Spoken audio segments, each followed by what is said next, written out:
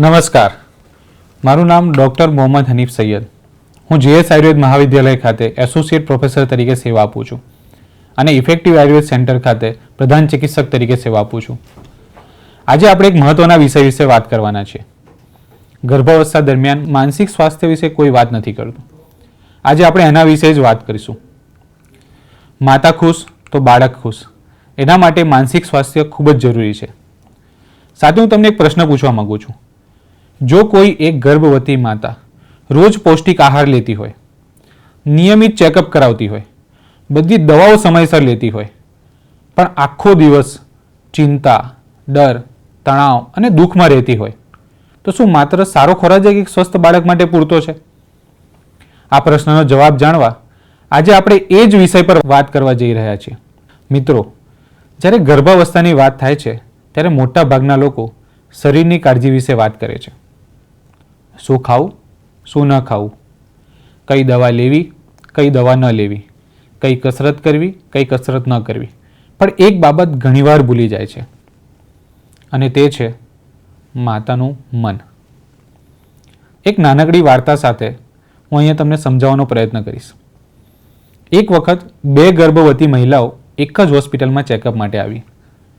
બંનેનો આહાર લગભગ સરખો હતો, બંનેની ઉંમર પણ સરખી, બંનેની તબીબી તપાસ પણ સામાન્ય હતી. પણ એક મહિલા હંમેશા ખુશ રહેતી હતી. તેને પરિવારનો સહયોગ હતો, પતિ તેને સમય આપતો હતો, ઘરમાં પ્રેમાળ વાતાવરણ હતું. બીજી મહિલા સતત ચિંતામાં રહેતી હતી, ઘરમાં ઝઘડા થતા હતા, એકલતા અનુભવતી હતી અને ભવિષ્ય અંગે ડરતી હતી. મિત્રો, 9 મહિના પછી બંને બાળકને જન્મ આપ્યો. શરીરની દ્રષ્ટિએ બંને બાળકો સ્વસ્થ હતા, પરંતુ માતૃત્વનો અનુભવ બંને બાળકો માટે અલગ અલગ હતો. કારણ કે ગર્ભાવસ્થા માત્ર શરીરની જ નહીં પણ મનની પણ યાત્રા છે. હવે આપણે જોઈએ ગર્ભાવસ્થામાં ભાવનાત્મક ફેરફારો કેમ થાય છે. ઘણી મહિલાઓ એવું વિચારે છે, મને પહેલાં તો આવું ક્યારેય નહોતું લાગતું, હવે હું વારંવાર રડી કેમ પડું છું, નાની નાની વાતમાં ગુસ્સો કેમ આવે છે, અચાનક ડર કેમ લાગે છે. મિત્રો, આ નબળાઈ નથી, આ કુદરતી પ્રક્રિયા છે. ગર્ભાવસ્થા દરમિયાન શરીરમાં અનેક હોર્મોન્સ બદલાય છે. આ હોર્મોન્સ માત્ર શરીર જ નહીં પરંતુ લાગણીઓ પર ખૂબ જ અસર કરે છે. તેથી જ મૂડ બદલાઈ જવા, ચિંતા થવી, વધુ સંવેદનશીલ બનવું, વારંવાર વિના કારણે રડી પડવું, આ ઘણી સામાન્ય બાબતો છે. હવે આપણે જોઈએ કે માતાના આ મન અને બાળક વચ્ચે શું સંબંધ છે. શું બધી લાગણીઓ માતાની દરેકે દરેક બાળક સુધી પહોંચે છે? વિજ્ઞાન કહે છે માતા અને બાળક માત્ર નાળથી જોડાયેલા નથી, તેઓ હોર્મોન્સ, શારીરિક પ્રક્રિયાઓથી પણ જોડાયેલા રહે છે. જ્યારે માતા ખુશ હોય છે, તેના શરીરમાં સકારાત્મક રસાયણો એટલે કે હોર્મોન્સ ઉત્પન્ન થાય છે. પરંતુ જ્યારે માતા સતત તણાવમાં રહે છે ત્યારે કોર્ટિસોલ જેવા સ્ટ્રેસ હોર્મોન્સ વધી શકે છે. આથી જ આજે સમગ્ર વિશ્વમાં ગર્ભાવસ્થા દરમિયાન માનસિક સ્વાસ્થ્યને ખૂબ જ મહત્વ આપવામાં આવે છે. હવે આના વિશે આયુર્વેદ શું કહે છે? મિત્રો, આજે વિજ્ઞાન જે વાત કરી રહ્યું છે, આયુર્વેદે હજારો વર્ષ પહેલાં કહી દીધી હતી. આચાર્ય ચરકે કહ્યું છે, ન ક્રોધ ભય ત્રાસે સેવેત ગર્ભિણી. અર્થાત ગર્ભિણી સ્ત્રીએ ક્રોધ, શોક, ભય, તણાવથી દૂર રહેવું જોઈએ. વિચાર કરો, હજારો વર્ષ પહેલા કોઈ જ હોર્મોન ટેસ્ટ નહોતા, કોઈ પ્રકારના એડવાન્સ ટેસ્ટ નહોતા, કોઈ બ્રેન સ્કેન નહોતા. તેમ છતાં આયુર્વેદે મનના સ્વાસ્થ્યનું મહત્વ ઓળખી લીધું હતું. એટલા માટે જ ગર્ભ સંસ્કારમાં પણ કહેવામાં આવ્યું છે. અને ઘણા લોકો ગર્ભ સંસ્કારને માત્ર સંગીત અથવા મંત્રો સાથે જોડે છે, પરંતુ ગર્ભ સંસ્કારનો સાચો અર્થ શું છે?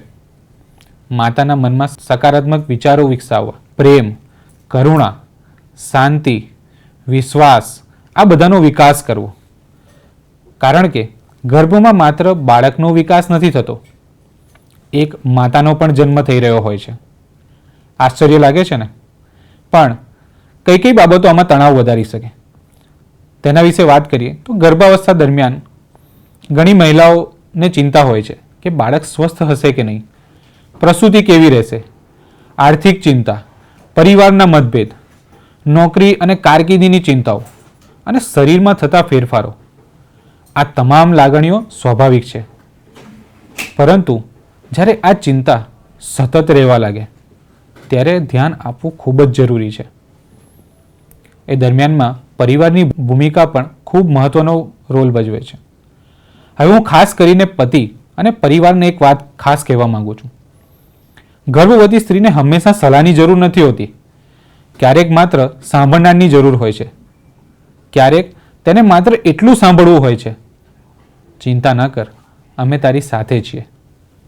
મિત્રો, આ એક વાક્ય ઘણી દવાઓ કરતાં પણ વધુ અસરકારક સાબિત થાય છે. ખુશ માતા માટે સરળ રહેવાના ઉપાય શું છે? તો સૌથી પહેલું છે સકારાત્મક વાતાવરણ. દરરોજ થોડો સમય ખુશી આપતી પ્રવૃત્તિઓ સાથે ફાળવવો જોઈએ. બીજું છે સારો સંવાદ. પતિ, માતા અથવા મિત્ર સાથે ખુલીને વાત કરવી જોઈએ. જે પણ મનની લાગણીઓ છે, જે પણ અનુભવાય છે, તેની વાત તેમની સાથે કરવી જોઈએ. ત્રીજું છે ધ્યાન અને પ્રાણાયામ. 5-10 મિનિટનું ધ્યાન પણ મનને શાંતિ આપી શકે છે. એટલે રોજ સવારે, સાંજે, બપોરે કે રાત્રે જ્યારે પણ સમય મળે ત્યારે થોડું ધ્યાન કરી લેવું જોઈએ, જેથી મનને શાંત કરી શકાય. પછી છે સંગીત. મધુર સંગીત મનને વધારે શાંતિ આપે છે. એનો મતલબ એવું નથી કે માત્ર સંગીત જ સાંભળવું, પરંતુ સારી વાતો, સારા વક્તવ્યો પણ સાંભળી શકાય. પછી છે પૂરતી ઊંઘ. માનસિક સ્વાસ્થ્ય માટે ઊંઘ એ દવા સમાન છે. હવે આ બધી વસ્તુથી ગર્ભસ્થ બાળક શું શીખે છે? જન્મ પહેલાં જ બાળક અવાજ સાંભળે છે, માતાનો અવાજ. માતાનો અવાજ ઓળખે છે, ઊંઘવું શીખે છે, જાગવું શીખે છે.